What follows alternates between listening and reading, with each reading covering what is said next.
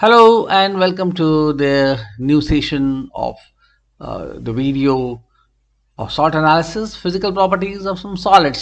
कुछ ठोसों के भौतिक गुणधर्म, कुछ सॉल्ट्स के भौतिक गुणधर्म के आधार पर उनके प्रॉपर्टीज को हम असाइन कर सकते हैं। मैं आपका इंस्ट्रक्टर हूँ सौरभ मक्तिबोध। हम चलते हैं आगे।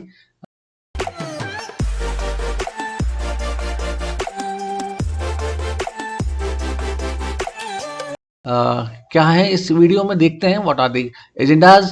पहला है सॉल्युबिलिटी, दूसरा है हीटिंग इफेक्ट और कलर चेंज। कुछ ऑक्साइड्स के, कुछ पदार्थों के सॉल्यूशन स्टेट में कलर क्या हो सकते हैं। कलर इन सॉलिड स्टेट कभी कभी ये देखने में बहुत आसान हो जाता है कि यदि हम उसके सॉलिड स्टेट के कलर को आइडेंटिफाई करें तो सॉल्ट्स के बारे में हमें बहुत जानकारी मिल सकती है। और पांचवा है उनका ओडर अर्थात गंध। So these are the 5 points that are described for the agenda of this video। इस वीडियो को दो भागों में बांटा गया है ताकि इसको हम पहले हिस्से में सॉल्युबिलिटी की बात करेंगे और दूसरे हिस्से में सॉल्युबिलिटी के अलावा हीटिंग इफेक्ट और कलर इन सॉल्यूशन स्टेट और सॉलिड स्टेट और ऑर्डर आदि की बात करेंगे। सो हम चलते हैं हमारे प्रोग्राम के अंदर। सो पहला पॉइंट हम लेते हैं सॉल्युबिलिटी इन एक्वस स्टेट। लेकिन इसके जाने के पहले you can notice a theme, an information in your screen। A large cation usually stabilizes a large anion and a small anion is stabilized by a small cation। This is the principle that works better in many cases predicting solubility of salts, though solubility itself is a complicated subject। Solubility अपने आप में एक बहुत complicated subject है, इसमें कोई दो राय नहीं, और बहुत सारे बिंदु इस पर काम करते हैं। मैं इन सब पर नहीं जाना चाहता, लेकिन एक मोटी इंफॉर्मेशन के रूप में अगर हम बात करें तो एक बड़ा केटायन बड़े एनायन को स्टेबलाइज करता है और एक छोटा केटायन छोटे एनायन को स्टेबलाइज करता है। अगर इस प्रिंसिपल को हम ध्यान में रखें तो बहुत सारी चीज़ों का प्रिडिक्शन सॉल्युबिलिटी के बारे में संभव हो सकता है। तो अब मैं कुछ बात करना चाहूँगा कुछ सॉल्ट्स के बारे में। और जब आप उन सॉल्ट्स के बारे में सोचते हैं तो आपके दिमाग में तुरंत क्या चित्र बनता है उसके ऊपर बहुत कुछ निर्भर करता है कि आपके पास जो एक्सरसाइज मिलने वाली है या जो सॉल्ट एनालिसिस के बारे में आप सोचने वाले हो उसमें क्या जानकारी हमको प्राप्त होती है। देखिए, जब हम अमोनियम आयंस की बात करते हैं और अल्कली और अल्कली मेटल्स के कंपाउंड्स के बारे में बात करते हैं तो हम जानते हैं कि उनमें से अधिकतर कंपाउंड जो हैं वाटर सॉल्युबल होते हैं। तो अमोनियम एसिटेट क्या होगा? Water soluble. Ammonium bromide, ammonium carbonate, ammonium chlorate, ammonium chloride, ammonium fluoride, ammonium hydrogen carbonate. तो ammonium salts are water soluble. तो इस तरीके से यदि अमोनियम सॉल्ट्स के बारे में बात होती है तो हम कह सकते हैं कि almost all the salts of ammonium ion are water soluble. Lithium एक अल्कली मेटल है और ये अपेक्षा की जाती है कि उसके सभी सॉल्ट्स वाटर सॉल्युबल होंगे और ऐसा ही आप देख रहे हैं स्क्रीन के ऊपर। सोडियम भी इसी प्रकार का एक अल्कली मेटल आयन है, इसके कंपाउंड भी वाटर सॉल्युबल होंगे। पोटेशियम भी लगभग इसी प्रकार का है, बड़ा केटायन है, सो दे आर वाटर सॉल्युबल। लेकिन सिल्वर जब आयन की बात करते हैं तो सिल्वर आयन एक छोटा आयन है, स्यूडो इलेक्ट्रॉनिक कॉन्फ़िगरेशन है उसका, और बहुत ज़्यादा पॉजिटिव चार्ज है न्यूक्लियस के ऊपर, जिससे इसकी पोलराइजिंग एक्शन, पोलराइजिंग पावर बहुत ज़्यादा होती है। Silver is highly is ion that has a very high polarising power and many of its salts like acetate, bromide, carbonate, and say chloride, silver chloride is water insoluble। So silver chloride is water soluble as a matter of fact, आपको पता होना चाहिए। और hydrogen carbonate does not exist here, we are only talking about these elements। Similarly, lead ions or lead ions are also high in polarizing action। So the lead bromide, lead carbonate, and lead chloride PbCl2, that's a white precipitate that has often. Lead chloride is also insoluble in solution, whereas hydrogen carbonate does not exist। Similar to the lead ions, mercury ions are also polarizing, and you can see the large number of these compounds are water insoluble except to that of chlorate here and fluoride। Copper 2+ ions are not that polarizing in action as silver ions or lead ions, and therefore many of the salts of copper ions are water soluble except the copper carbonate. That's an information probably you would like to learn and know. Iron is, yes, it has iron acetate does not exist. Iron acetate यदि किसी को मिलता है ना तो क्या होता है कि वो सब्सटेंस बहुत ज़्यादा वाटर absorb कर लेता है, and therefore the acetate combination is not generally chosen in the case of iron. Iron carbonate, iron chlorate does not exist. Iron chloride FeCl3 is water soluble. It's got hygroscopic in nature. Fluoride is water insoluble, whereas the carbonate, hydrogen carbonate, does not exist. Further talking about the other ions like ferrous ions. So ferrous ions are mostly water soluble except carbonate and fluoride.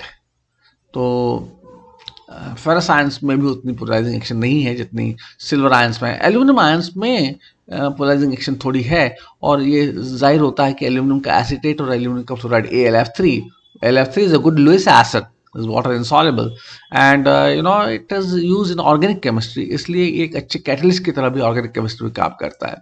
Zinc salts are mostly soluble in water except to that of zinc carbonate.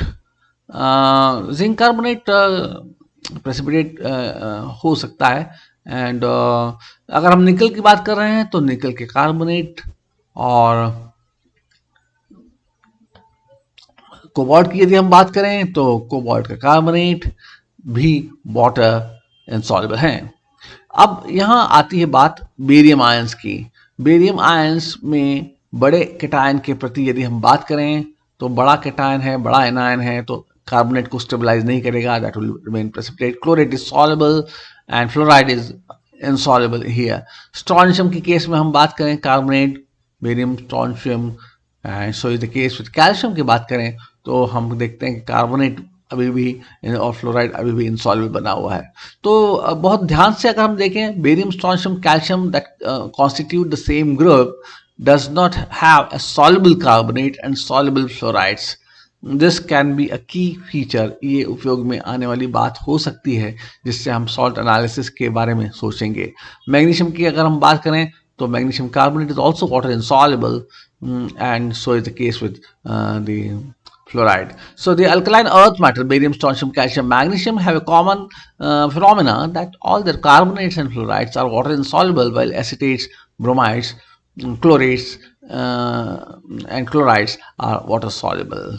So this is all for these ions. Now we'll move towards more ions like hydroxide, iodide, nitrate, and nitrite. Well, as far as ammonium ions are concerned, ammonium hydroxide does not exist because it is the aqueous ammonia that gives a feeble amount of OH minus ions. So ammonium hydroxide, if it happens to exist, must be a very poor base. Well, if I talk about lithium hydroxide, is a strong base, water soluble, and so is the case with the other salts like nitrite and nitrate. Sodium is also water soluble. Potassium is also water soluble. Silver, because of its polarizing action, it will drag electron density from iodide, and therefore it is water insoluble.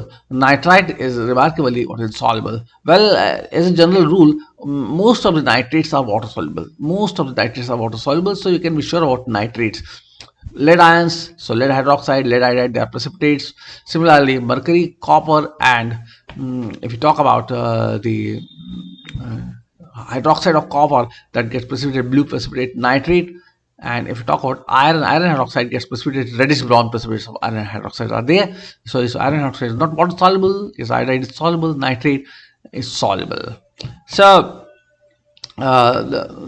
this is quite easy to discuss about nitrate ions and other ions. In similar way, the phosphate, sulfate, sulfide, and sulfides are yet to be decided. So all ammonium salts are water soluble, nothing to worry about. Lithium phosphate, now there is a problem here. Lithium is not soluble with phosphate. Sodium compounds are water soluble. Potassium compounds are water soluble. Silver ion, because of its polarizing action, is insoluble to all these larger cations. You can understand, silver ion छोटा ion है तो ये बड़े ion के साथ electron density को drag करके covalent character भी डेवलप कर सकता है, इसलिए फॉस्फेट, सल्फेट, सल्फाइड और सल्फाइड इन सभी रेडिकल्स के साथ इसका बिहेवियर बड़ा अजीब सा है, और इसलिए सिल्वर के अधिकतर सॉल्ट जो हैं वो वाटर सॉल्युबल नहीं होंगे।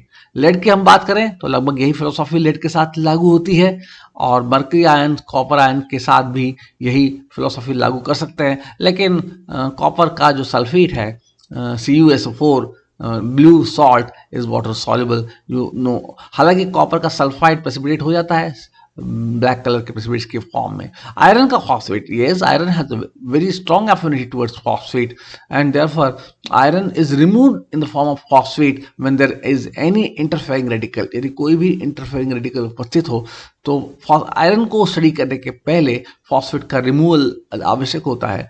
तो ये बात मेरे ख्याल से इस चाय के ब्रेक तक के लिए सही है। Take a break and we'll see more about solubility in the next video. Thanks for watching. See you in the next video.